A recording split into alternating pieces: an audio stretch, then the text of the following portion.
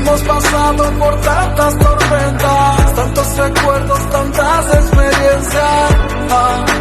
Gracias por estar aquí, gracias por estar aquí, por compartir mis alegrías y mis penas. Gracias por darme la mano, por levantarme cuando no tenía fuerza. en lo difícil del camino. Gracias por bendecirme con tu amistad.